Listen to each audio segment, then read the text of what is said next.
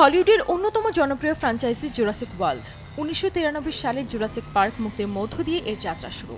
এখন পর্যন্ত সিরিজটির ৭টি সিনেমা মুক্তি পেয়েছে।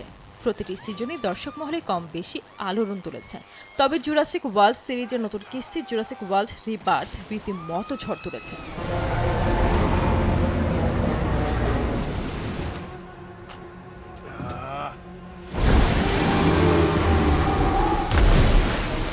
সম্প্রতি বিশ্বের ৮২টি দেশে মুক্তি পেয়েছে জুরাসিক ওয়ার্ল্ড সিরিজের নতুন কিস্তি।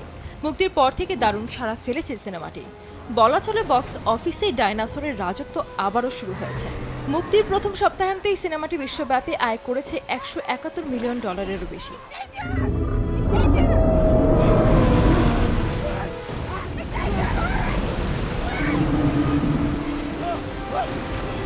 জানা যায় সিনেমার মোট আয় দাঁড়িয়েছে $৩১৮ মিলিয়ন। এর মধ্যে শুধুমাত্র উত্তর আমেরিকায় আয় হয়েছে $১৪৭ মিলিয়ন। যদিও সেখানে সিনেমাটির শুরু কিছুটা ধীরগতির, তবে আন্তর্জাতিক বাজারে এটি ব্যাপক জনপ্রিয়তা পাচ্ছে।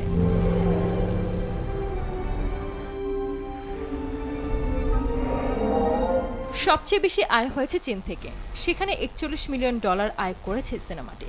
এরপর যুক্তরাজ্য ও আয়ারল্যান্ড মিলিয়ে ১৬.৬ মিলিয়ন, মেক্সিকোতে ১৩.৯ মিলিয়ন এবং জার্মানিতে $৭.৬ মিলিয়ন সংগ্রহ করতে পেরেছে ডাইনোসরের নতুন গল্পটি।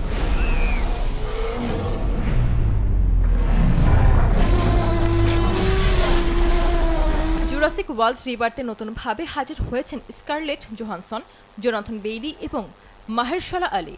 সিনেমাটি পরিচালনা করেছেন গ্যারেথ এডওয়ার্ডস এবং চিত্রনাট্য লিখেছেন মূল জুরাসিক পার্ক লেখক ডেভিড কোয়েব।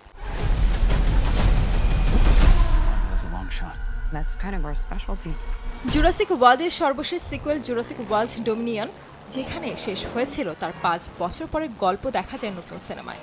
এবারের গল্পে জোড়া বেনের দক্ষ কর্মীদের একটি দলকে পৃথিবীর সবচেয়ে বিপজ্জনক স্থানে নিয়ে যান, যা মূল জুরাসিক পার্কের একটি দ্বীপ গবেষণা কেন্দ্র। তাদের লক্ষ্য হল ডাইনোসরদের জিনগত উপাদান সংগ্রহ করা, যাদের ডিএনএ মানব জাতির জীবন রক্ষাকারী সুবিধা প্রদান করতে পারে। এই অভিযানে তারা একটি ভয়ঙ্কর ও মর্মান্তিক বিষয় আবিষ্কার করেন, যা কয়েক দশক ধরে বিশ্ব থেকে লুকানো ছিল। গল্পের শেষ দিকে সবাই একটি দ্বীপে আটকা পড়েন এবং এক ভয়ঙ্কর ও মর্মান্তিক বাস্তবতার মুখোমুখি হন। গল্প, লোকেশন, গ্রাফিক্স, অভিনয় ও নির্মাণে মুন্সিয়ানা সিনেমাটিকে দর্শকদের কাছে উপভোগ্য করে তুলেছে বলে দাবি বাণিজ্যিক বিশ্লেষকদের।